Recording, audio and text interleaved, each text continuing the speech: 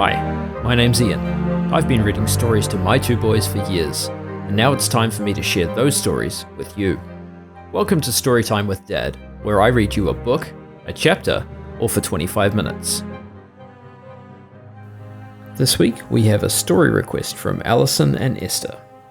They've requested Beauty and the Beast. I'll be reading Beauty and the Beast as retold by Catherine Pyle. There was once a merchant who had 3 daughters. The 2 older ones were handsome enough, but the third was a beauty.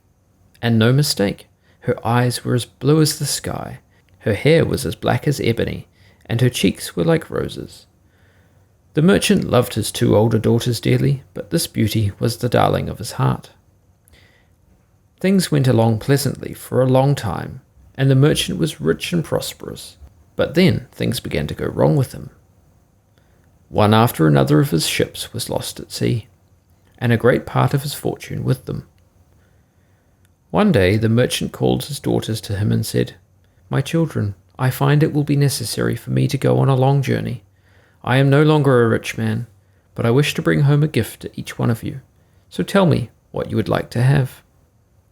Then the 2 older daughters began to think of all the things they wanted, and each was afraid the other would get something finer than she did.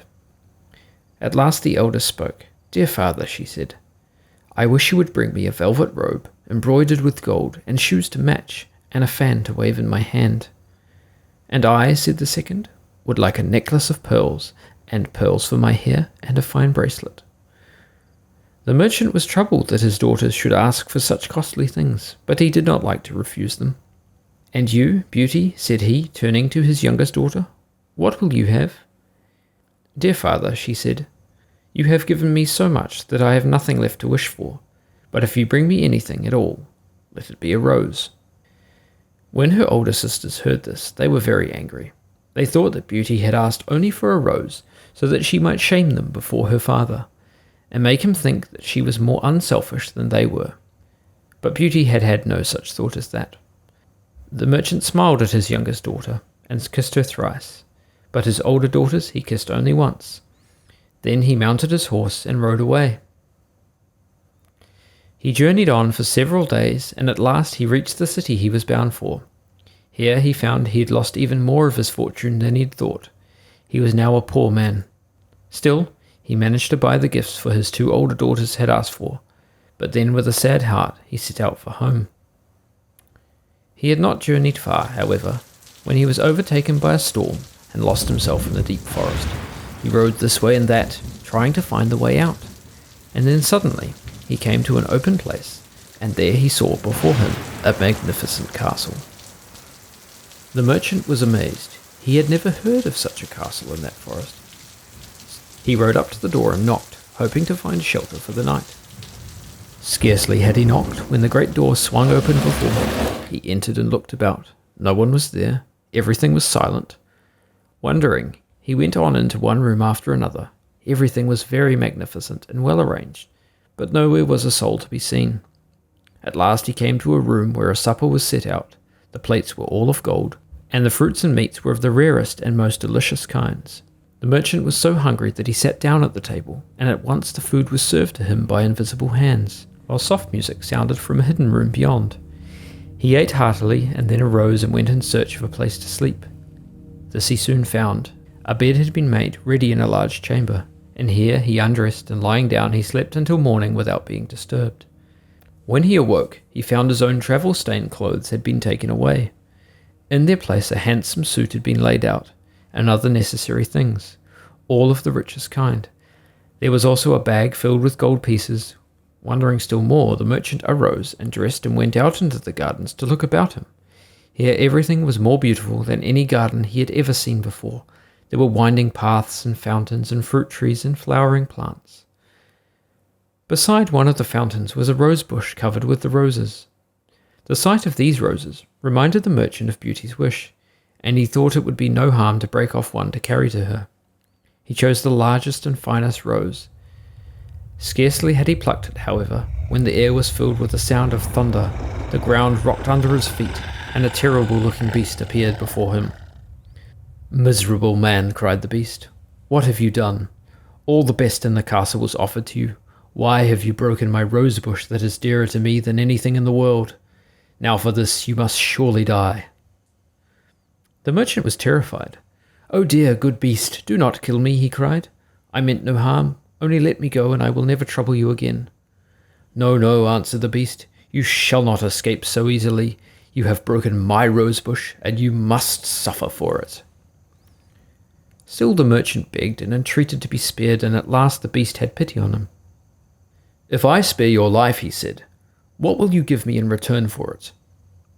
"Alas," said the merchant, "what can I give you? I have lost all my fortune, and now I am a poor man. I have nothing left in the world but my 3 daughters." "Give me one of your daughters for a wife, and I will be satisfied," said the beast. The merchant was horrified at the thought of such a thing. He would have refused, but he feared that if he did so, the beast would tear him to pieces at once. "You may have 3 months in which to think it over," said the beast, "but you must promise me that at the end of that time you will return here and either bring me one of your daughters or come prepared to die." The merchant was obliged to promise this. He could not help himself.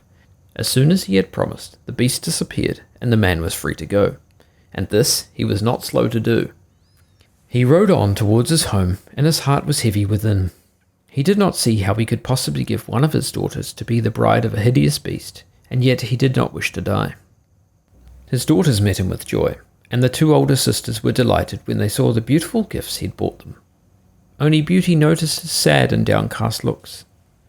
"Dear father," she said, "why are you troubled? Has something unfortunate happened to you?" At first her father would not tell her, but she urged and entreated him to tell her until finally he could keep silence no longer. He told his daughters all about the castle and his adventure there, and of the beast, and how unless one of them would consent to marry the beast, he would have to lose his life. When the older daughters heard this, they were ready to faint. Not even to save their father's life would they consent to marry such a creature. "Dear father," said Beauty, "you shall not die. I will be the beast's bride." "Yes, yes," cried her sisters, "that is only right. If Beauty had not asked for the rose, this misfortune would not have happened." To this the merchant would not at first agree. Beauty was the dearest to him of all his daughters. He'd hoped that if any of them was to marry the beast, it might be one of the older sisters. But they would not hear of this, and when, at the end of 3 months, the merchant set out to return to the castle, he took Beauty with him. They rode along, and after a while they came to the forest, and then it did not take the merchant long to find the castle. He knocked at the door, and it opened as before, and he and Beauty went in one room after another, and everything was so magnificent that she could not but admire it. At last they came to the supper room, and here a delicious feast was set out for them. They sat down and ate, while soft music sounded around them. Beauty began to think, the master of all this could not be such a terrible creature after all. But scarcely had they finished their supper before the beast appeared before them, and when Beauty saw him, she began to shake and tremble, for he was even more dreadful than her father had said. "Do not fear me, Beauty," he said in a gentle voice. "I will do you no harm. Your father has brought you here, and it is true that here you must stay. But you need not marry me unless you are quite willing to." "I do not wish to marry you, beast. You must know that," said Beauty. "But I fear that if I do not, you may harm my father." "No, Beauty, I will not harm him. He may go in peace, and perhaps after you have been here a while, you may learn to like me enough to marry me." Beauty did not believe this, but the beast spoke so gently that she no longer feared him, and when the time came for her father to go, she bade him goodbye and did not grieve him by weeping. After that, Beauty lived there in the beast's castle and was well content. Every day she went out into the gardens, and the beast came and played with her for a while, and she grew very fond of him. Every day before he left her, he said, "Beauty, are you willing to marry me?" But always Beauty answered, "No, dear beast, I do not wish to marry you." Then the beast would sigh heavily and go away. One day Beauty was sitting before a large mirror in her room, and she was sad because she had not seen her father for so long. "I wish," she said, "that I could see what my dear father is doing at this moment." As she said this, she raised her eyes to the mirror.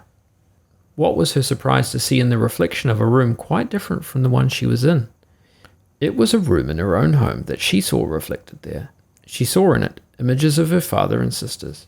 She could see them smile and move, and she could tell exactly what they were doing. She found she could watch them in the mirror for as long as she pleased and whenever she pleased. After this, Beauty often came to sit before the mirror, and she only had to wish it, and she could see her home and all that was going on there. But one day, when she sat down before the glass, she saw that her father was ill. He lay upon his bed so pale and weak that Beauty was terrified. She jumped up and ran out into the garden, calling for the Beast. At once he appeared before her. "What is it?" asked the Beast anxiously. "What has frightened you, Beauty?" "Alas," she cried, "my father is ill. Oh, dear, kind Beast, let me go to him, I pray, and I will love you forever after." The Beast looked very grave. "Very well, Beauty," he said. "I will let you go, for I can refuse you nothing. But promise me you will return at the end of a week, for if you do not, some great misfortune will happen to me." Beauty was very willing to promise this. The Beast then gave her a ring set with a large ruby. "When you go to bed tonight," he said, "turn the ruby in towards the palm of your hand and wish you were in your father's house, and in the morning you will find you are there. When you are ready to return, do the same thing, and you will find yourself back in the castle again. And do not forget that by the end of a week, to an hour, you must return, or you will bring suffering upon me." Beauty did as the Beast told her. That night, when she lay down, she turned the ruby of the ring in towards the palm of her hand, and wished that she were in her father's house. And what was her joy when she awakened the next morning to find herself in her own bed at home. She arose and ran to her father's room, and the merchant was so delighted to see her that from that hour he began to get better, and in a few days he was as well as ever again. Beauty's sisters asked her a great many questions about the castle where she lived, and when they heard how fine it was and how happy she was there, they were filled with envy. "Beauty always gets the best of everything," they said to each other. "She's younger than either of us, and see how finely she lives, much better than we do." They then planned together as to how they could keep Beauty from going back to the castle at the end of the week. "If we can only make her break her promise to the Beast," they said, "he might be so angry with her that he would send her away and take one of us to live at the castle instead." The day before Beauty was to return to the Beast, they put sleeping powder in the goblet that she drank from. As soon as Beauty had swallowed this powder, she became very sleepy. Her eyelids weighed like lead, and presently she fell into a deep slumber, and she did not awaken for 2 days and nights. At the end of that time, Beauty had a dream, and in her dream she walked in the castle gardens. She came to the rose bush beside the fountain, and there lay the poor Beast stretched out on the ground, and he was almost dead. He opened his eyes and looked at her sadly. "Ah, Beauty, Beauty," he said, "why did you break your promise to return at the end of the week? See what suffering you've brought on me." Beauty awoke, sobbing bitterly. "Alas, alas," she cried, "I must go at once. I feel some harm has come to the Beast, and that it is my fault, though how I do not know." For she did not know that she had been asleep for 2 days and nights. She turned the ruby ring with the ring towards her palm and wished herself back in the castle, and lay down and went to sleep. When she awoke, she was in the castle again, and it was early morning. She ran out into the garden and straight to the rose bush. There, as in her dream, she saw the Beast stretched out on the ground, and he seemed to be without life or breath. Beauty threw herself down on the ground and took his head in her lap, and her tears ran down and fell upon him. And it seemed to her she did not love even her father as dearly as she loved the Beast. "Oh, Beast, dear, dear Beast," she cried, "can you not hear me? Are you quite dead?" Then the Beast opened his eyes and looked at her. "Ah, Beauty," he said, "I thought you had deserted me. Do you not yet love me enough to marry me?" "Oh, I do love you enough, and gladly will I be your bride," cried Beauty. No sooner had she said this than the rough furry hide of the Beast fell apart, and a handsome young prince, all dressed in white satin and silver, stood before her. Beauty looked at him wondering. "Yes, you shall indeed be my own dear bride," cried the prince, "for you, and you alone, have broken the enchantment that held me." Then the prince, a beast no longer, told Beauty that a wicked fairy had changed him into the shape of a beast, and not until a fair young maiden would love him enough to be his bride would the enchantment be broken. But Beauty had loved him for his kindness and goodness in spite of his ugly form, and now never again could the wicked fairy have any power over him. And now all through the castle was heard a sound of life and voices and of running to and fro, for the same enchantment that had changed the prince to a beast had made all of his people invisible, and now they too were freed from the spell. Then how happy Beauty was! If she had loved the beast, she loved the handsome young prince 1,000 times better. A grand wedding feast was prepared. Her father was given the place of honour, but it was quite different with her sisters. Because of their hard hearts, they were changed into 2 statues, and they stood one on either side of the doorway. But Beauty was too gentle to bear them any ill will.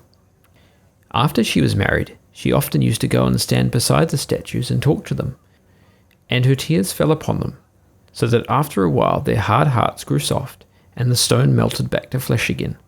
Then they were all very happy together. The 2 sisters were married to 2 noblemen of the court.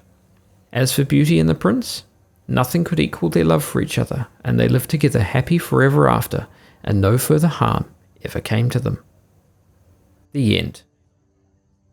Well, that's it for now. So, thank you for listening today. If you enjoyed the story, there are links in the show notes if you want to buy a copy for yourself. Don't forget to subscribe. I've got more stories for you soon. Bye for now.